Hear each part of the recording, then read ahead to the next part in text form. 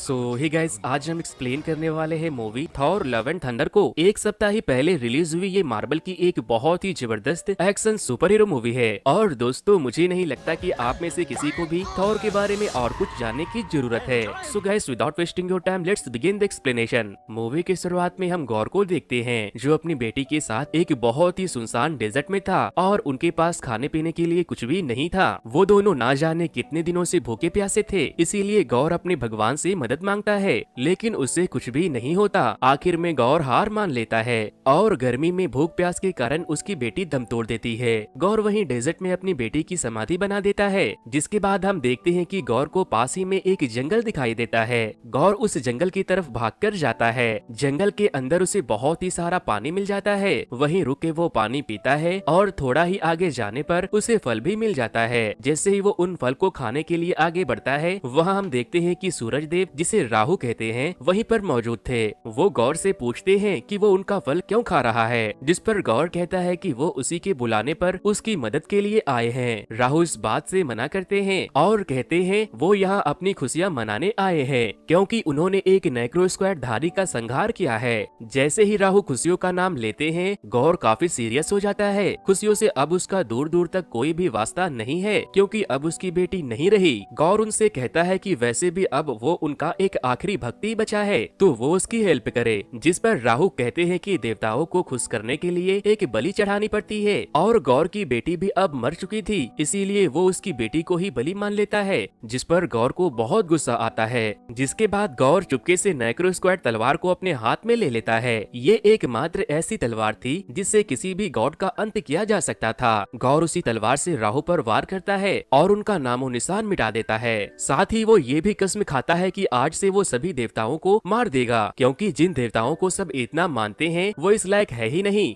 अगले सीन में हम हैदराबादी मियां कौर को देखते हैं, जो कि अपने हैदराबादी अंदाज में बच्चे लोगों को थॉर की कहानियां बताते हैं कि कैसे वो उनके लिए लड़ते थे जो कमजोर थे, लेकिन वो खुद के लिए नहीं लड़ सकते। बचपन से ही थॉर बेसहारा लोगों की मदद करने पे विश्वास रखते थे। थॉर की मुलाकात जेन फॉरेस्टर से होती है और दोनों को एक दूसरे से प्यार हो जाता है, लेकिन आगे जाके दोनों अलग हो जाते हैं। अक्सर थॉर के करीबी लोग जिन्हें वो प्यार करता था, थॉर के पिता, उसका भाई लोकी, उसकी माँ और हेला, ये सब उसे छोड़ चुके थे, लेकिन फिर भी थॉर ने कभी अच्छाई का साथ नहीं छोड़ा। इसके बाद थॉर ने एवेंजर्स और गार्डियन ऑफ द गैलेक्सी को ज्वाइन किया। उनके साथ मिलकर थॉर ने बहुत लड़ाइयाँ लड़ी, लेकिन कभी भी वो अपनी बचपन की गर्लफ्रेंड जेन फॉरेस्टर को भूल ना सका। इसीलिए थॉर ने जनजाति संसार को छोड़ दिया और सबसे दूर होकर संन्यास ले लिया। लेकिन इसके बावजूद जब भी किसी को थॉर की जरूरत पड़ी और उन्होंने उससे कहा कि वो अपनी लड़ाई उसके बिना नहीं लड़ सकते, तो थॉर हमेशा उनकी मदद करता रहा। अब हम देखते हैं कि थॉर के पास पीटर क्विल पहुंचता है और थॉर से कहता है कि उसे अपनी लड़ाई लड़ने के लिए थॉर की जरूरत है। एक फनी सीन के दौरान हम देखते हैं कि कैसे थॉर हैरी पॉटर की झाड़ू को लेकर उड़ जाता है और सीधा युद्ध में पहुंचता है, जहां गार्डियन ऑफ द गैलेक्सी की टीम अपने दुश्मनों का मुकाबला कर रही थी। वहां पर आर्मी का राजा थॉर के पास आके उसको बताता है कि आतंकियों ने उन पर हमला कर दिया है। वो बताता है कि उनकी जिंदगी बिल्कुल सही चल रही थी, लेकिन तब किसी ने उनके देवता को मार दिया और उसके बाद आतंकियों ने आकर उन पर हमला कर दिया। थॉर उनसे कहता है कि वो उनकी जमीन वापस दिलाएगा और अपने असली रूप में आ जाता है। जिसके बाद वहाँ युद्ध शुरू हो जाता है और थॉर सभी को मारने लगता है। इसी के दौरान वो अपने पैरों से 2 गाड़ियों को रोकता है। आखिर में थॉर सबको मार देता है। अगले सीन में हमें मूवी की सेकेंड मेन एक्ट्रेस जेन फॉरेस्टर को दिखाया जाता है, जहाँ हमें पता चलता है कि उसे 4th स्टेज का कैंसर है। जेन के साथ ही हम डैर्सी को भी देखते हैं। वो जेन से पूछती है कि उसका आशिक कैसा है, यानी कि थॉर, जिस पर जेन कुछ नहीं कहती, क्योंकि उनका ब्रेकअप हो चुका था और इन्हीं 8 सालों में जेन एक प्रोफेसर बन चुकी थी और साइंस की काफी बड़ी बड़ी थ्योरीज और लेक्चर दिया करती थी। इसी के साथ एक दिन उसका ध्यान वैकिंग के किताब पर पड़ जाता है और वो देखती है कि उस किताब में थॉर के हथियार म्योनिर के बारे में लिखा था, जिसमें स्ट्रेंथ और गॉड हेलमेट शामिल थे। इसी के साथ हम वल्करी को देखते हैं, जो कि इंसानों के साथ अपने साथ लाई हुई न्यू एसगार्ड के साथ रह रही थी और उसका इंसानों के साथ काफी अच्छा रिश्ता भी बन चुका था और उन्हें स्पॉन्सरशिप मिलती रहती थी। वहीं न्यू एसगार्ड में ठोकिन और लोकी का एक शो चल रहा था, जहां पर वो लोग थॉर का एक सीन शूट कर रहे थे। और वहीं पर थॉर का पुराना म्योनिर टुकड़ों में पड़ा था। वहीं जेन के आने से वो टुकड़े हिलने लगते हैं जैसे कि उनमें जान आ गई हो। यहाँ थॉर को आर्मी का राजा बकरा गिफ्ट करता है क्योंकि उसने वहाँ के लोगों की जान बचाई थी, जिसके बाद वो लोग अपनी शिप में वापस चले जाते हैं। इसके बाद पीटर अपने डिजिटल स्क्रीन से चेक करता है और उसे पता चलता है कि काफी सारे देश खतरे में है और हर कोई उनसे मदद मांग रहा था। तभी थॉर की नजर सिड पर पड़ती है जो कि फर्स्ट पार्ट में उसकी बेस्ट फ्रेंड थी। थॉर ये देख के अपने साथियों से कहता है कि उनको सिड और उसके देश को बचाना होगा, जिस पर पीटर उसे कहता है कि उन्हें बाकी देशों को भी बचाना है। इसीलिए वो थॉर से कहता है कि वो थोड़े थोड़े लोग हिस्सों में बढ़ जाते हैं। थॉर पीटर की बात मान लेता है और उसके बाद वो अपने दोस्त कॉर्ग के साथ सिड के पास पहुंच जाता है। फिलिकेडियम के देवता फिल्का को किसी ने मार दिया है, वहीं उसे सिड घायल पड़ी मिलती है। साथ ही वो थॉर को बताती है कि जिसने उन्हें मारा है उनका अगला टारगेट इस गार्ड है और यहीं से एंट्री होती है कहानी के एक विलन गौर की, जो इस गार्ड पहुंच जाता है। गौर के पास जो नाइक्रो स्क्वाड होती है वो उसे अलग अलग दानव बना लेता है और उन्हें ब्रह्मांड के अलग अलग हिस्सों में सब खत्म करने के लिए भेज देता है।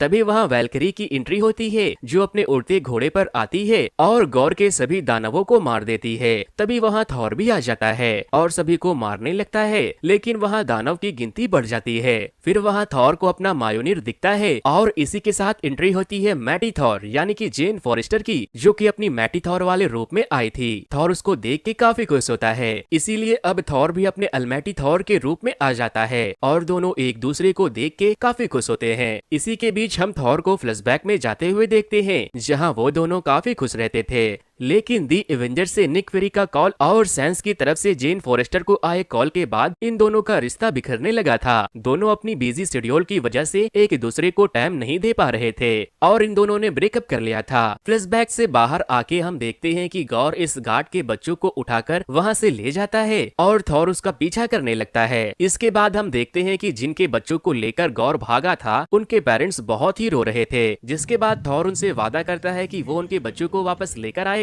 इसके बाद थॉर अपने साथियों से बात करने लगता है जहां वल्करी उसे बताती है कि गौर के पास नाइक्रो स्क्वाड है जिससे सभी देवताओं का संहार किया जा सकता है। साथ ही उस तलवार में इतनी ताकत है कि वो जितने चाहे उतने दानव बना सकते हैं। जेन उनसे पूछती है कि नाइक्रो स्क्वाड क्या होता है, जिस पर थॉर उसे बताता है कि ये एक ऐसी तलवार है जो इतने सालों से अपने धारक बदलती रही है। इसके बाद वहाँ हेमेडियल के बेटे एस्ट्रोएड की एक होलोग्राफ इमेज आ जाती है। थॉर उनसे पूछता है कि वो बच्चे कहाँ पर है, जिससे वो बच्चा कहता है कि उसे अपनी शक्तियाँ ठीक से इस्तेमाल करनी नहीं आती, जिस पर थॉर उसके आंखों पर फोकस करने को कहता है, जिसकी मदद से वो बच्चों के पास पहुँच जाता है। बच्चे थॉर को वहाँ देखकर काफी खुश होते हैं और उससे कहते हैं कि वो उन्हें उनके पेरेंट्स के पास लेकर जाएंगे। थॉर उन्हें बताता है कि वो असल में वहाँ नहीं है बल्कि उसका अनकॉन्शियस माइंड है जो उन्हें दिख रहा है, मगर वो उन्हें कहता है कि वो चिंता ना करे, वो उन्हें बचाने जरूर आएगा। अपने कॉन्शियस माइंड में वापस आने पर थॉर अपनी टीम को बताता है कि गौर ने उन बच्चों को अंतरिक्ष के एक हिस्से में रखा है जहां रोशनी का नामो निशान नहीं है और बस अंधेरा ही अंधेरा है। साथ ही थॉर कहता है कि अगर गौर की ताकत रोशनी में इतनी होती है तो अंधेरे में उसकी ताकत और भी ज्यादा होगी, जिसके लिए उन्हें अपनी ताकतवर टीम ले जानी होगी। अपने टीम को बढ़ाने के लिए वो लोग देवताओं के महल में पहुंच जाते हैं जहां बहुत सारे अलग अलग प्रकार के देवता होते हैं।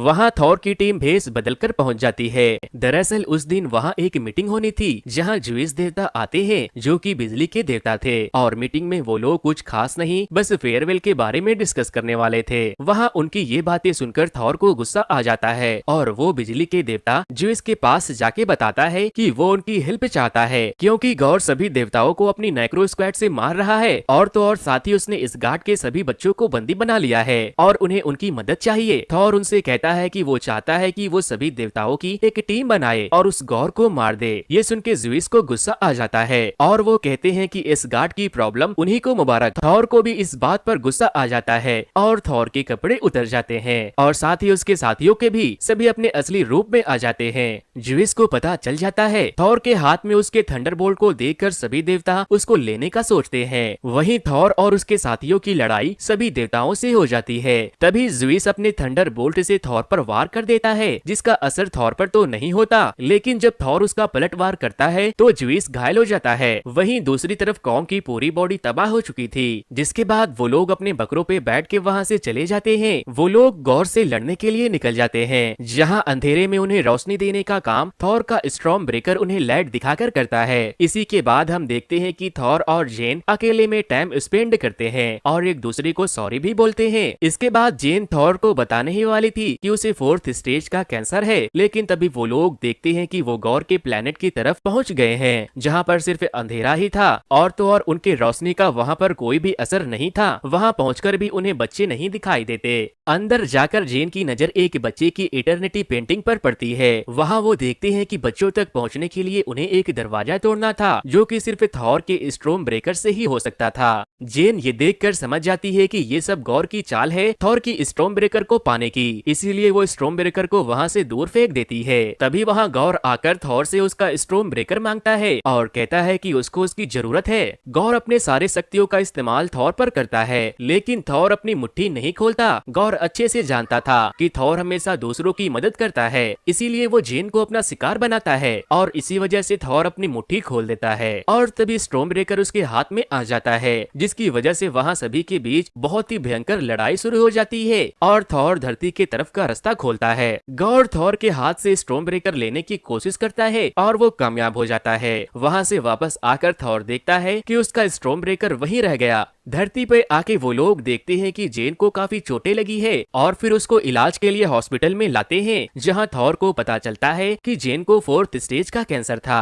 और जेन के पास जो ताकत थी वो उसे बार बार म्योनिर को लेने से मिलती थी, जो कि उसको कुछ टाइम तक ताकत तो देता था, लेकिन उतना ही उसको कैंसर की तरफ धकेल देता था। थॉर जेन से कहता है कि अगर उसने एक बार और म्योनिर को लिया तो उसकी जान को खतरा हो सकता है और वो उससे कहता है कि वो अब आराम करेगी और अब थॉर गौर से लड़ने जाएगा। अगले सीन में हम गौर को देखते हैं, जिसके पास अब नैर्को स्क्वाड के साथ थॉर का स्टॉर्म ब्रेकर भी था, जिसके मदद से गौर इटर्निटी के डोर तक पहुंच जाता है और स्टॉर्म ब्रेकर से उसका दरवाजा खोलने की कोशिश करता है। तभी थॉर भी वहां ज्यूस के थंडर बोल्ट के साथ पहुंच जाता है। इसके बाद थॉर और गौर में बहुत ही खतरनाक लड़ाई होती है, जहां गौर अपने दानवों की फौज खड़ी कर देता है। दूसरी तरफ थॉर अकेला था, इसीलिए वो कुछ समय के लिए अपनी शक्तियां बच्चों में दे देता है और वो बच्चे थॉर बन जाते हैं। कुछ ही देर में इटर्निटी का डोर खुलने ही वाला था, जिसके खुलते ही गौर जो चाहता वो विश मांग सकता था और उसकी वो विश पूरी भी हो जाती। थॉर जानता था कि गौर के पास नैक्रो स्क्वाड है, इसीलिए वो सभी देवताओं के संहार का विश मांगेगा। वो उसे रोकने के लिए चला जाता है और बच्चे गौर के दानवों से लड़ते हैं।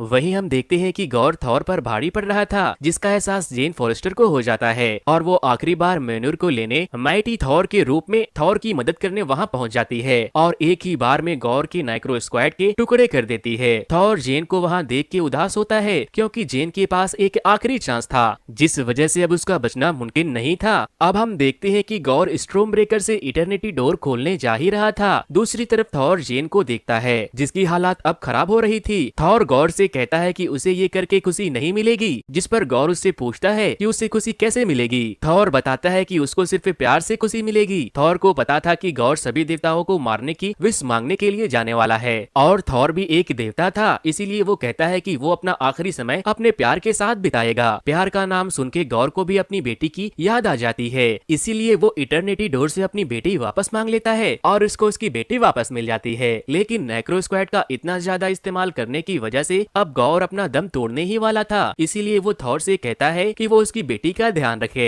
वहीं जेन थॉर के बाहों में अपना दम तोड़ देती है और गौर अपनी बेटी की। इसके बाद हम देखते हैं कि सभी कैद बच्चे अपने पेरेंट्स के पास वापस जा चुके हैं। इस गार्ड में कॉर्ग बच्चों को लड़ने की ट्रेनिंग देते हैं और गौर की बेटी भी अब उनके साथ रहती है। इसी के साथ ये मूवी की दी एंड हो जाती है। तो दोस्तों, ये मूवी आपको कैसी लगी मुझे कमेंट करके जरूर बताना और जो लोग भी मेरे चैनल पर नए आए हैं यार, वो इस वीडियो को लाइक करके मेरे चैनल को सब्सक्राइब करो और बगल में जो बेल आइकन है उसे दबाना तो बिल्कुल भी ना भूले। फिर मिलता हूँ किसी और